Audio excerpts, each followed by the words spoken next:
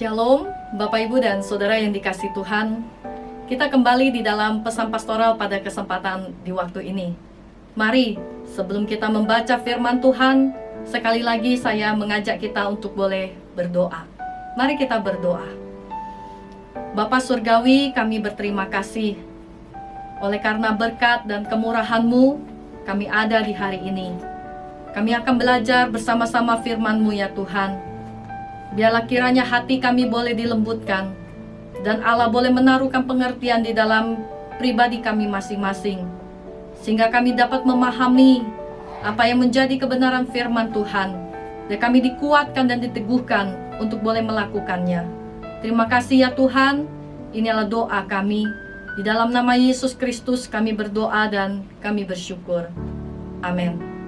Saudara, mari kita membuka dari kitab Mazmur pasal yang ke-123 ayat yang pertama sampai ayat yang keempat. Berharap kepada anugerah Tuhan. Nyanyian ziarah.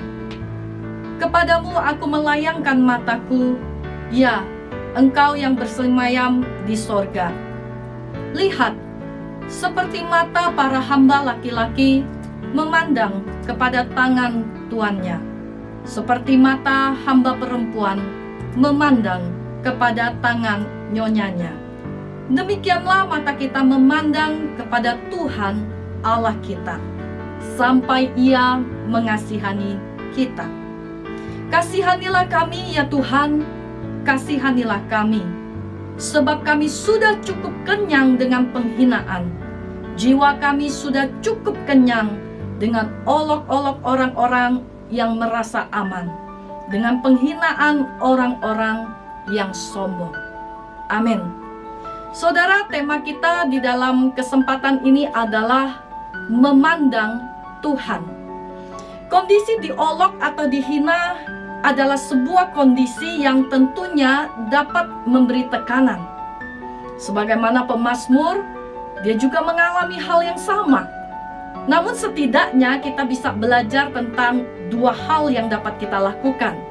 Yang pertama adalah fokus untuk memandang kepada Tuhan. Saudara, kalau kita baca di dalam teks ini, maka kata mata diulang sebanyak 4 kali. Ini mengartikan atau menunjukkan tentang sebuah fokus untuk kita boleh mengarahkan hati, pikiran, gairah, kerinduan, ataupun harapan dan keyakinan kita hanya kepada Tuhan.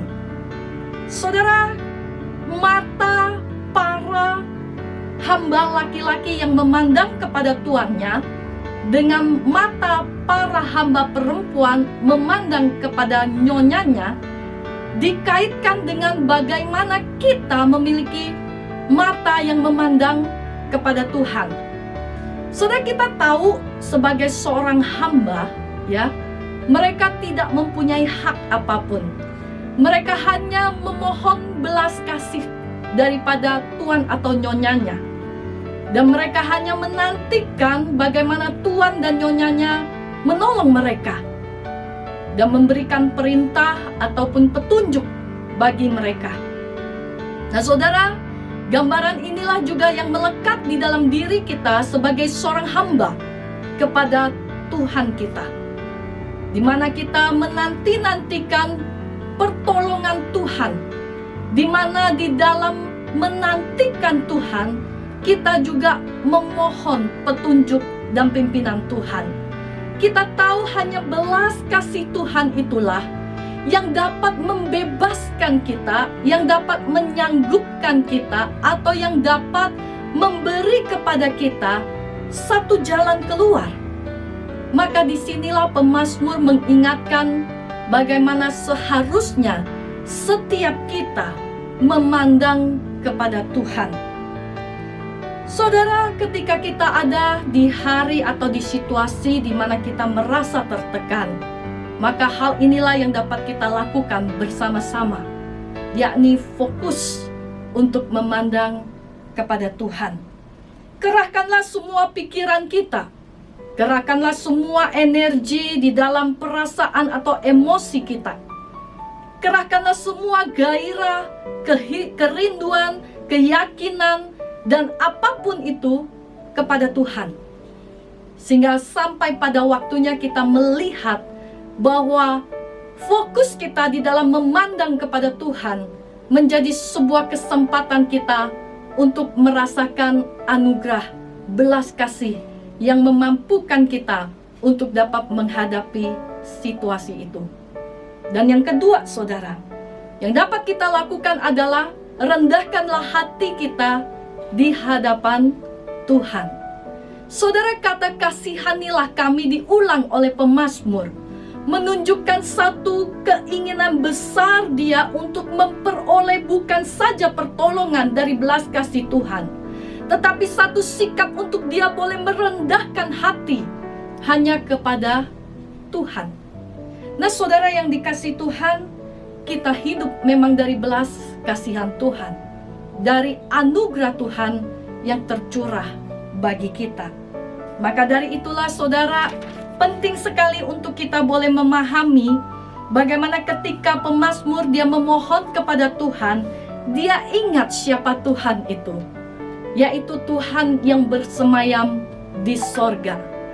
Saudara, kata sorga sendiri menunjukkan bahwa tahta Allah, disitulah Allah berdaulat, disitulah Allah yang akan menolong kita berada. Sehingga di dalam kedaulatan dia, di dalam tahtanya, kita boleh percaya Allah adalah Allah yang sanggup untuk memberikan pertolongan bagi kita sekalian. Maka di sanalah timbul satu pengharapan dan keyakinan akan pertolongan Allah yang sanggup untuk menolong kita sekalian. Saudara, pemazmur juga mengarahkan pikiran hati kita untuk boleh memandang kepada Tuhan yang bukan saja di sorga, tetapi kata Tuhan dan Allah kita di dalam ayat yang kedua memberikan pengertian bahwa Tuhan itu adalah Tuhan yang bukan saja menyelamatkan, ya. Kata Tuhan di sini mengartikan Tuhan adalah Tuhan yang menyelamatkan, tetapi juga yang memelihara dan menyediakan di dalam kehidupan kita. Saudara, Tuhan dan Allah kita, Tuhan adalah Tuhan yang menyelamatkan, yang memelihara, dan yang juga menyediakan. Allah yang dipakai di sini mengartikan bahwa dirinya adalah Allah yang mengikat perjanjian dengan umatnya. Satu gambaran atas inisiatif Allah, satu gambaran tentang kesetiaan Allah sebagai Allah yang menolong saya dan saudara. Allah yang diperkenalkan oleh pemazmur, yang dimana dia tahu kepada Allah yang seperti demikianlah dia memohon belas kasihan. Nah, saudara yang dikasihi Tuhan, ketika pemazmur berkata, kasihanilah kami sebab kami sudah kenyang dengan penghinaan. Saudara, ayat ketiga ini menggambarkan bagaimana pemazmur itu dia sudah merasa banyak, ya. Kenyang itu kan kalau gambaran kita kepada fisik, yaitu kepada perut kita, ya. Kalau kita sudah kenyang artinya kita udah cukup banyak begitu, ya, makan gitu, ya. Nah, ketika kata ini dipakai di dalam pemazmur, dia ingin menggambarkan bagaimana secara fisik pun dia sudah merasa sangat menderita karena penghinaan yang terjadi. Dan kalau kita perhatikan di dalam ayat keempat, bukan saja dikatakan kenyang, tetapi jiwanya pun ikut cukup kenyang, ya, dengan olok-olok dan penghinaan orang-orang.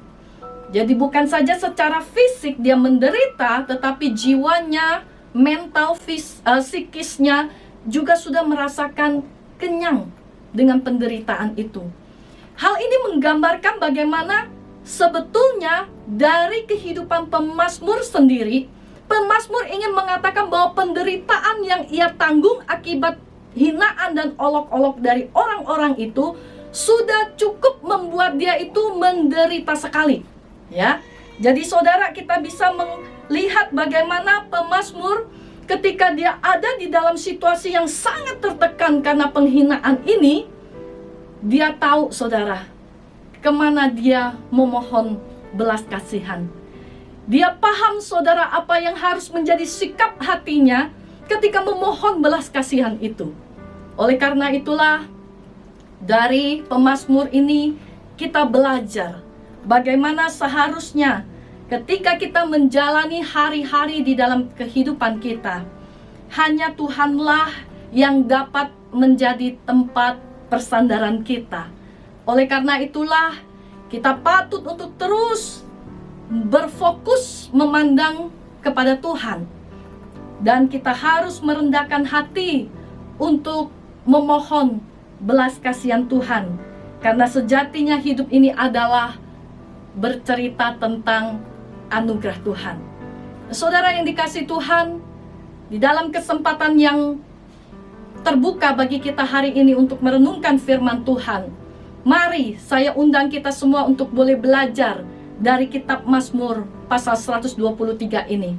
Kiranya firman Tuhan yang kita renungkan menjadi satu ingatan, menjadi satu kesempatan, menjadi satu momen yang sangat indah untuk kita mengalami firman itu sendiri. Kiranya Tuhan memberkati kita sekalian. Mari kita berdoa. Bapa, kami bersyukur karena kami tahu dan percaya Allah yang kami sembah adalah Allah yang bersemayam di sorga. Tetapi juga Allah yang tahu untuk boleh menyelamatkan kami, yang dapat memelihara dan bahkan yang menyediakan segala yang kami butuhkan. Allah yang di dalam kesetiaan, yang di dalam inisiatif boleh mencari kami yang terhina ini. Sehingga ketika kami menghadapi situasi hidup kami hari ini, kami boleh belajar Tuhan untuk memiliki fokus di dalam memandang Engkau. Dan kami boleh merendahkan hati kami seperti mata seorang hamba laki-laki memandang kepada tuannya. Seperti mata seorang hamba perempuan memandang kepada nyonyanya. Demikianlah kami rindu untuk memandang kepada Engkau dengan segala belas kasih-Mu. Sehingga biarlah kiranya Tuhan, kesempatan kami merenungkan firman Tuhan pada waktu ini menjadi perjumpaan kami yang hangat, yang melegakan, dan yang memerdekakan kami. Terima kasih ya Tuhan, inilah doa dan pengucapan syukur kami. Di dalam nama Yesus Kristus kami berdoa dan kami bersyukur. Amin. Saudara, demikianlah firman Tuhan yang dapat kita renungkan pada kesempatan di waktu ini. Jika saudara ingin mendukung pekerjaan Tuhan selama masa pandemik ini, saudara dapat melakukan persembahan via virtual, via transfer. Saudara bisa lakukan dengan mentransfer ke rekening Gereja Kristen Kalam Kudus Siwalan Kerto dengan nomor account 8725692222. Kiranya masa ini menjadi masa penantian kita akan pertolongan Tuhan, dan masa di mana kita boleh mengalami belas kasih Tuhan. Tuhan Yesus memberkati kita sekalian. Amin.